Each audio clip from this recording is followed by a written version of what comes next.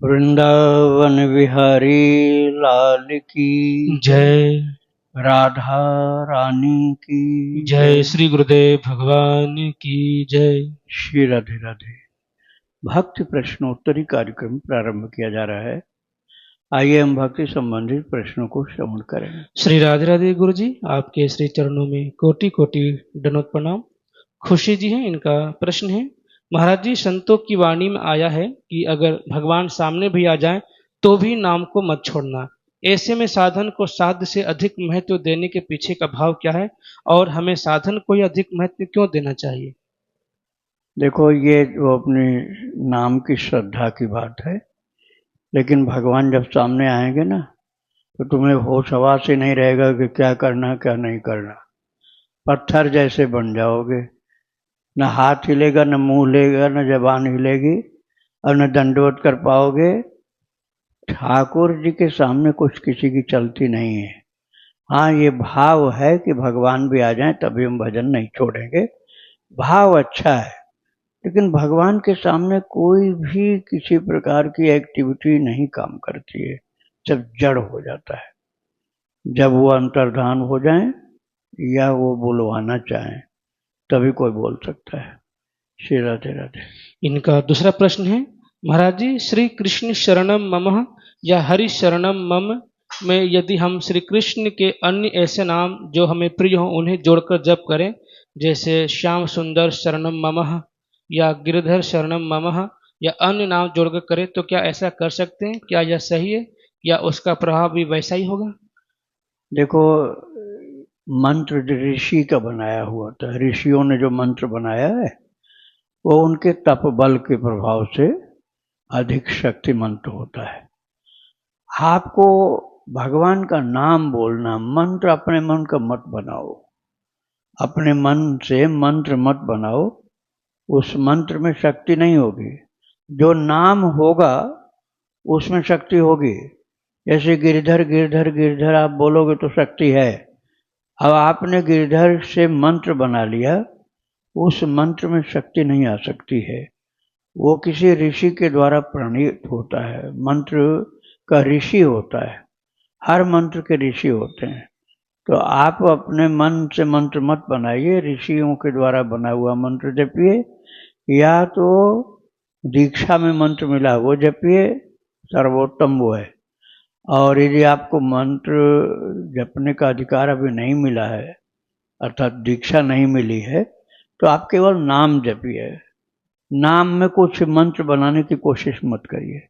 राधे राधे। प्रश्न है गुरु जी, श्रीमद् भागवत का पूर्ण आश्रय प्राप्त हो इसके लिए क्या करें? भागवत जी का पाठ करो, रोजाना पाठ करो, और भागवत जी में जो बताया जा रहा है, सुनाया जा रहा है, उसका ध्यान करो, अर्थात प्रभु का ध्यान करो, भगवान का ध्यान करो, भागवत का पाठ करो, संस्कृत में भी और हिंदी में भी। यदि आपको अर्थ समझ में आ जाता बिना अर्थ पढ़े तो केवल संस्कृत में पाठ करिए, और नाम जप भी करिए, भगवान का ध्यान भी करिए, तब भागवत का लाभ मिलेगा आपको। राधे राधे। इनका दूसरा प्रश्न है, इसी जन्म में निकुंज में युगल की सेवा मिले इसके लिए क्या करें? ये करने से नहीं होता है, ये कृपा से होता है। निकुंज में सेवा किसी के करने से नहीं प्राप्त हो रही। आप तो भजन कर सकते हो, नाम जप कर सकते हो, ध्यान कर सकते हो, भक्त चरित सुन सकते हो, ये तो कर सकते हो। लेकिन निकुंज में कोई ऐसा नहीं है कि ताला लगा, जिसकी चाबी आपके पास है, जेब से निकाला और निकुंज का ताला खोल दिया, अंदर घुस गए। वो बात नहीं है। उसमें जब भगवान आपको बुलाएंगे या राधा रानी बुलाएंगी तब आप प्रवेश कर सकते हैं। निकुंज की सेवा ऐसे थोड़े मिल जाती है बिना ईश्वरीय विधान के। राधे राधे। स्वाति जी हैं, इनका प्रश्न है, जैसे मैं राधा नाम जप करती हूँ, ऐसे में अगर कोई घर पे किसी भी तरह का प्रसाद दे जाता है, जैसे कोई तीर्थ गया वहाँ से प्रसाद लाया घर दे गया, तो क्या वो प्रसाद हम खा सकते हैं या फिर मंदिर में किसी ने कोई पूजा कराई उसका प्रसाद घर दे गया, क्या मैं और मेरे बच्चे ऐसे प्रसाद को खा सकते हैं? प्रसाद यदि आप बहुत ज्यादा भूखे हो और जान निकल रही है, यदि नहीं खाएंगे कुछ तो बेहोश हो जाएंगे, तब खाने का अधिकार आपका होता है, वो भी उतना ही जितना आवश्यक हो, मतलब भूख मिट जाए। जैसे आपको 2 रोटी से काम चल गया तो 4-5 मत खाओ, फ्री का मिल रहा है तब।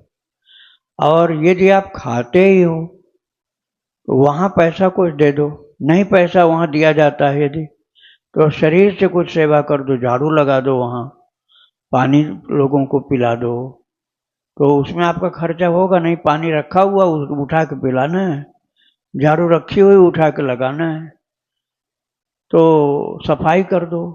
ये जो सेवा करोगे तो पूरा अधिकार है भोजन का, तो आपको दोष नहीं लगेगा। और आपके पास पैसा भी है, खर्च नहीं करोगे, फ्री में सब खाओगे, तब आपको जरूर दोष लगेगा। राधे राधे। इनका दूसरा प्रश्न ये है कि जब कोई दान करता है, जैसे हनुमान जी का भंडारा जो रोड पे लगाते हैं, वहाँ का प्रसाद नहीं खाना चाहिए बिना पूंजी दिए, यह तो पता है।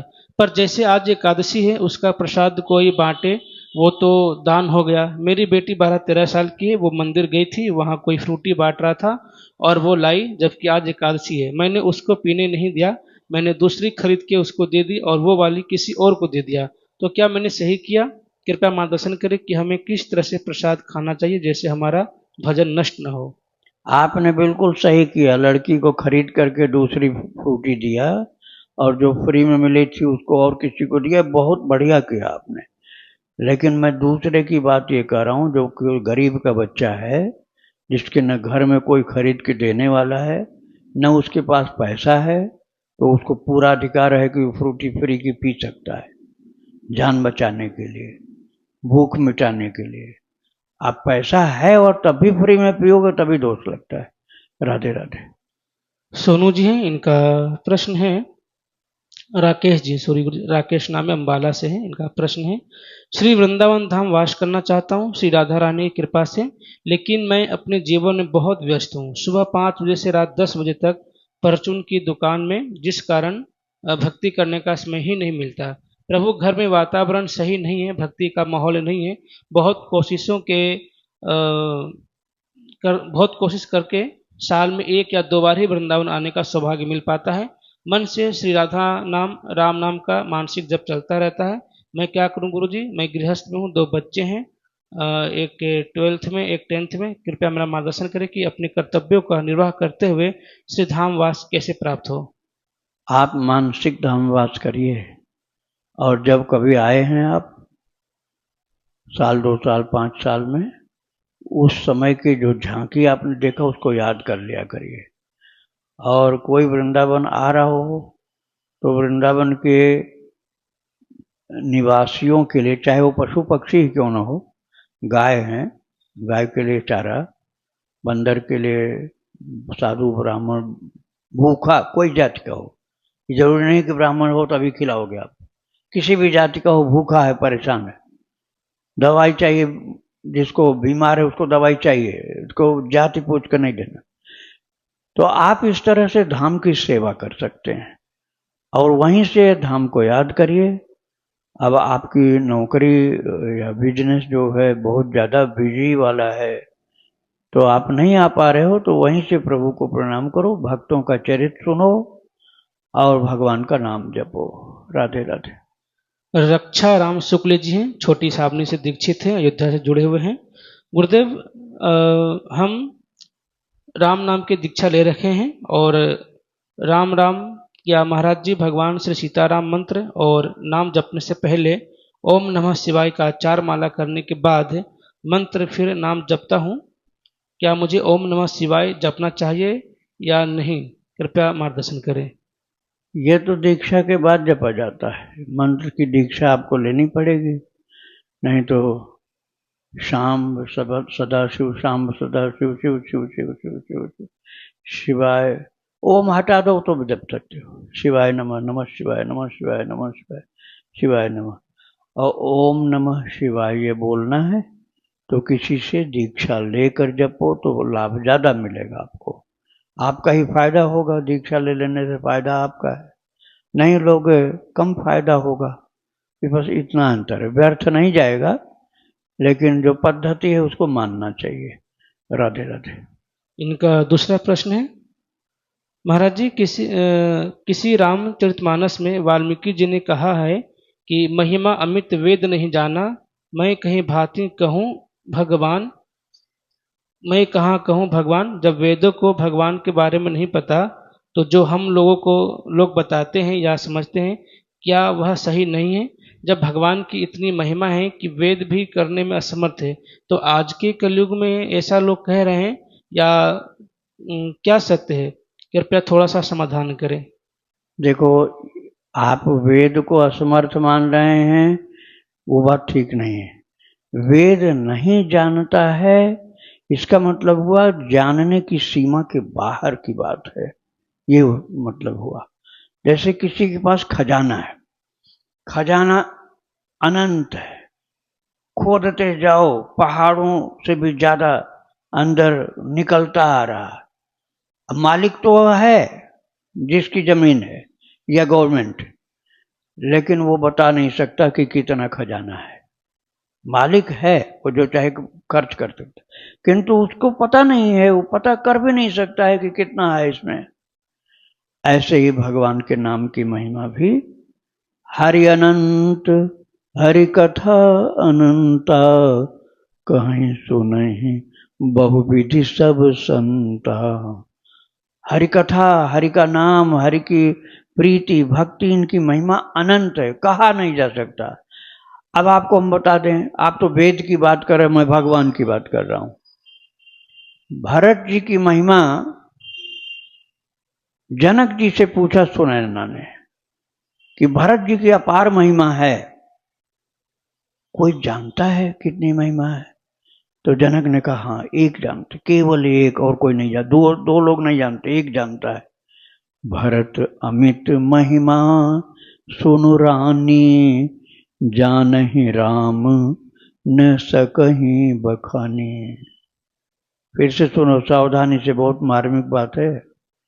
जनक जी स्वयं ज्ञानी पुरुष, उनकी पत्नी भी ज्ञानी है, और वो पूछ रही है अपने पतिदेव से कि भरत जी की महिमा कोई जानता हो तो हम लोग उससे चल के पूछें कितनी महिमा। तो बोले एक ही हैं जो जानते हैं। कौन जानते हैं भरत की महिमा?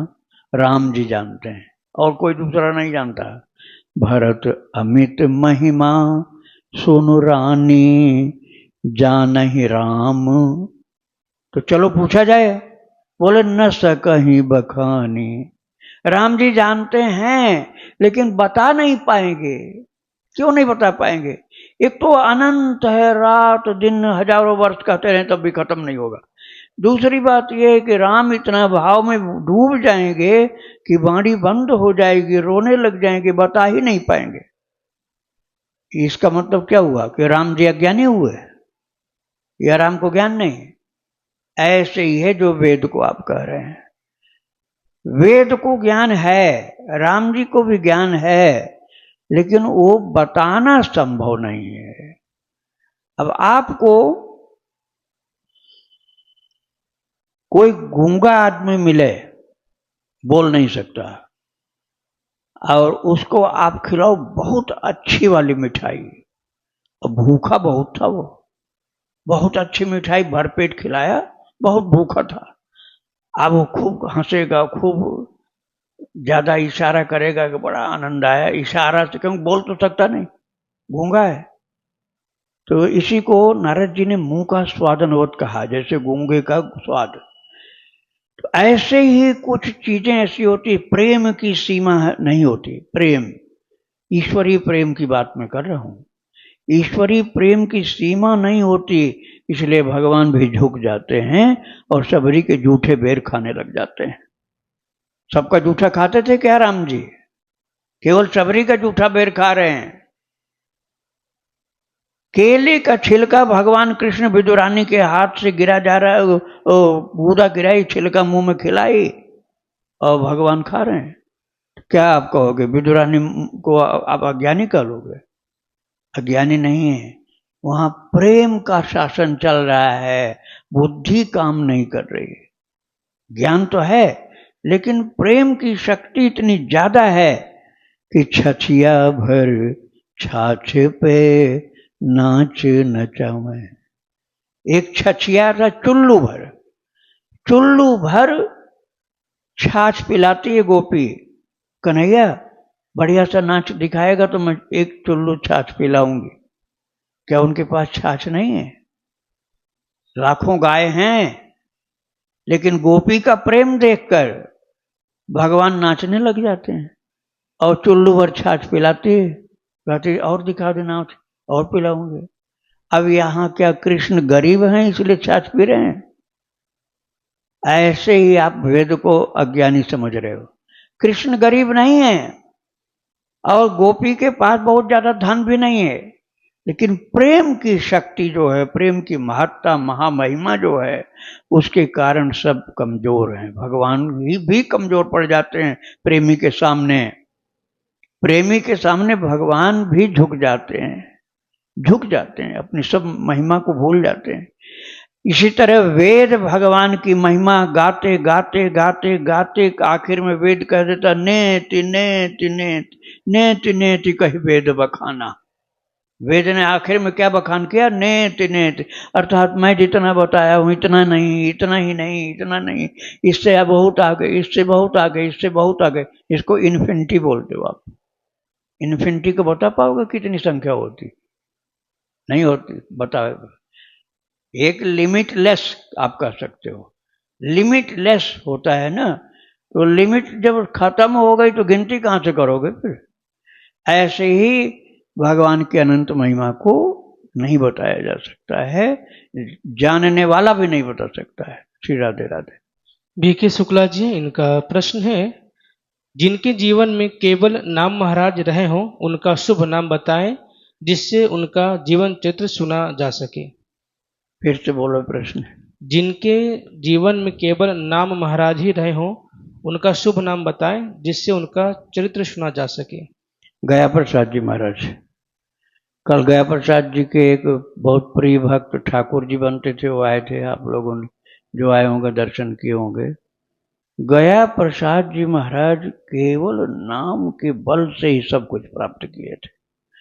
फिर तो प्रेम की प्रधानता हो गई। शुरुआत में नाम ही मुख्य था, नाम, उसके बाद रासलीला का दर्शन, फिर प्रेम का प्रादुर्भाव, प्रेम की दिव्य प्रबलता। नाम से प्रारंभ हुआ, लीला में आनंद आने लगा, लीला के आनंद के साथ साथ प्रेम का प्रबल प्रभाव हुआ और श्री गया प्रसाद जी महाराज के साथ भगवान की खेल होने लगी। ऐसे ही भक्त जब नाम का आश्रय ले, लीला का आश्रय ले, धाम का आश्रय ले और उनके चरित्र को श्रवण करे तो आगे बढ़ता चला जाए। बस कुसंग से बचना पड़ता है। केवल एक ही बहुत खराब गंदी चीज है, सारा मिट्टी में मिला देती है। अभी आप खूब भगवान की कथा सुन रहे हो और फिर किसी की बुराई खोजने लग गए। अब वृंदावन में रह रहे हो, अब वृंदावन में भजन करने वाले साधु की बुराई खोजने लग गए, अब वृंदावन के भक्तों की बुराई खोजने लग गए और बताने भी लग गए। भले ही झूठी है वो, चाहे झूठा हो चाहे सच हो, लेकिन वो उसको देखना खोजना भक्त का काम नहीं होता। और उसी को अवगुणों का बखान करना खुद के पैर में कुल्हाड़ी मारना है, अपनी प्रगति पर बाधा डाल देना है। जिसको बता रहे हो उसकी हानि नहीं होगी, सुनने वाले और जो सब ऑब्जेक्ट है उसकी भी हानि नहीं होगी, और जो आप कर रहे हो ना आपकी हानि हो जाएगी। क्योंकि दुसंग सर्वथैव त्याज्य, को न कुसंगति पाई न साई, रहे न नीच मते चतुराई। तुलसीदास जी ने कहा ऐसा कौन है जो कुसंग पड़ जाने पर हानि को न प्राप्त हो ले। कई बहुत महान थी, लेकिन मंथरा जैसी कुटिला का संग मिला तो बुद्धि नष्ट हो गई। इसलिए कुसंग से बचना चाहिए। श्री राधे राधे। कोमल जी, इनका प्रश्न है, गुरुजी आपने 2 साल पहले बताया था 11 से 3 बजे वाली साधना के बारे में। मैं उसको करना चाहती हूँ क्योंकि मैं सुबह नहीं उठ पाती। कृपया करके बताने का कष्ट करें कि हम ऐसा क्या क्या अपनी दिनचर्या में करें कि इसका आसानी से पालन कर सकें, जिससे कि नींद ना आए और खूब भजन हो एकांत में। और 3 बजे यदि सोते हैं तो सुबह कितने बजे उठना चाहिए? मेरी शिफ्ट ड्यूटी चलती रहती है। ड्यूटी वाली बात तो आपको खुद एडजस्ट करनी पड़ेगी, वो आप समझिए। लेकिन मैं 11 से 3 के विषय में आपको बता रहा हूँ कि 11 के पहले कम से कम आधा घंटा पहले, मतलब 10:30 तक आप कुछ घंटे सो लो। सोना जरूरी है पहले। 11 बजे पहले नहा लो। रात में 11 बजे की बात की जा रही है। रात में 11 बजे पहले नहा लो, उसके पहले सो लो। और शाम को ही थोड़ा सा खाओ। रात में खाओगे तो फिर नींद आएगी जरूर। तो शाम को स्वल्प आहार, जैसे थोड़ी देर में पच जाए, ऐसा वजनदार भोजन नहीं, हल्का से खिचड़ी थोड़ी सी खा लिया या थोड़ा सा रस पी लिया और उसके बाद सो गए। फिर सो जाओ, शाम को ही सो जाओ। और 10 साढ़े 10 बजे उठो, खूब नहाओ, ठंडे पानी से नहाओ, कपड़ा कम पहनो, थोड़ा सा उठक बैठक कर लो, योगासन प्राणायाम कर लो, ज्यादा नहीं, थोड़ा ही करना है। उसके बाद 11 में 2-4 मिनट कम रहे तभी से। कोई व्यक्ति दूसरा नहीं होना चाहिए, ध्यान रखना, बिल्कुल अकेले की चीज है। एक भी होगा तो बाधा डाल देगा वो आपको। वो रात में चिल्लाता रहेगा और आप परेशान हो गए, ये कौन आ गया डिस्टर्ब कर रहा है। और उसकी आदत है, उसको रखोगे तो बोलेगा जरूर। तो बिल्कुल अकेले रहना होगा और लगातार जप करो 3:05 तक। उसके बाद तुम्हें कुछ खाना हो खा लो। नहाना जरूरी नहीं है, नहा के तो शुरू ही किया था, नहा के ही शुरू किया था जप करना 11 बजे वाला। अब आपको 3 बजे नहाना नहीं है, कुछ खा लो और खा के सो जाओ। अब घंटा 2 घंटा 3 घंटा जितना सोना सो लो आराम से। अब ब्रह्म मुहूर्त की बात अब नहीं रहेगी। और उसके बाद सुबह फिर शौच आदि से निवृत्त होकर नहा करके सूर्य भगवान को जल चढ़ाओ। और अब आपको जहाँ नौकरी बिजनेस ये सब करना वो सब कर लो। दिन में थोड़ा सा सो, लेकिन रात में 11 साढ़े 11 के पहले, 10:30 के पहले सोना होगा स्वल्प आहार के साथ, जैसा मैंने भी पहले बताया। तो सावधानी से आप रहोगे और कुसंग से बचोगे। अब मैं क्या बताऊं, एक आश्रम की बात बताऊं कि कोई जल्दी उठता है अपना साधन भजन करने के लिए, और कुछ ऐसे होते हैं जो चिल्लाते रहते हैं रात में, तो बाधा पड़ती है। तो ऐसे लोगों से थोड़ा सा बच कर रहना पड़ता है कि जो हल्ला गुल्ला नहीं करें, आपके भजन में बाधा न डालें। ऐसी एकांत कुटिया हो तो ज्यादा अच्छा होता है। श्री राधे राधे। इनका दूसरा प्रश्न है, गुरुजी आपके और कई संतों के मुख से सुना है कि कीर्तन करो, पर यदि हम नहीं चाहते हैं कि घर में किसी को पता चले, तो क्या अपने कमरे में धीमी आवाज में ताली बजा करके कर सकते हैं? क्या उतना ही लाभ मिलेगा? क्योंकि धीरे धीरे करने से किसी के कान में नाम तो पड़ेगा नहीं। ऐसे में करें कि नहीं करें? आप अपना दरवाजा खिड़की बंद रखिए और सोने वाले सो जाएंगे 11 बजे पहले।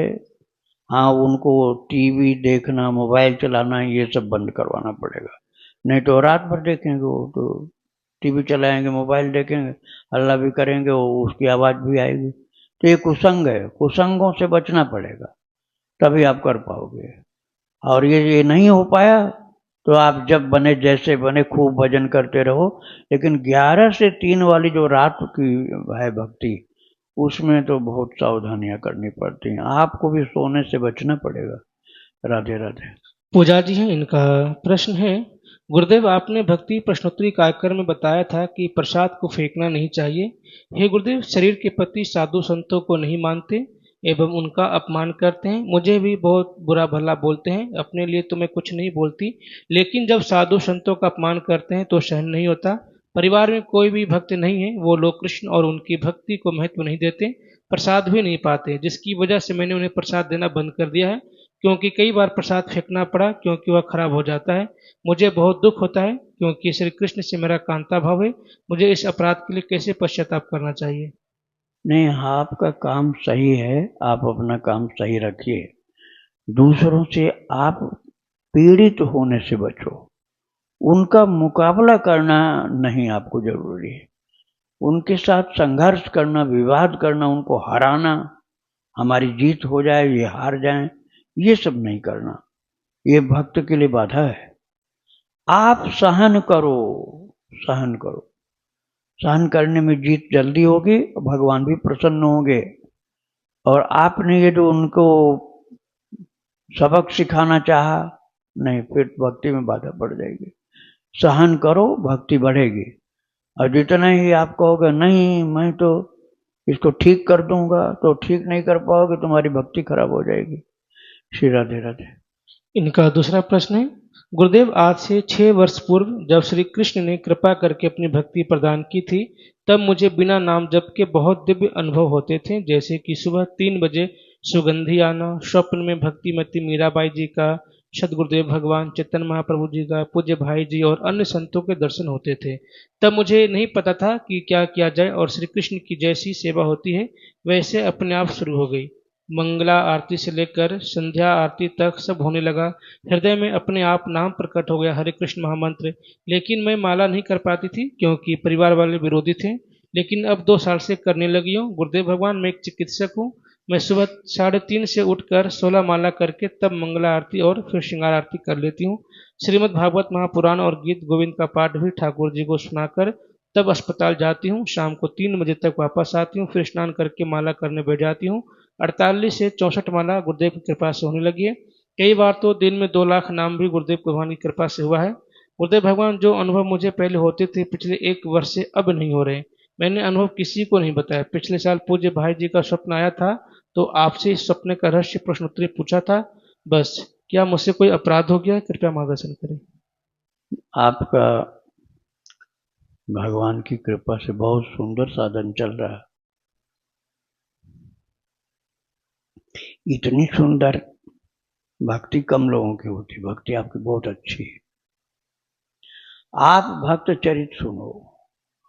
1 साल से ही तो बंद हुआ है। जो सुगंध आती थी ठाकुर जी का, भक्तों का दर्शन होता था, ये मामूली चीजें नहीं है। वो अब मुझको भी नहीं बताना।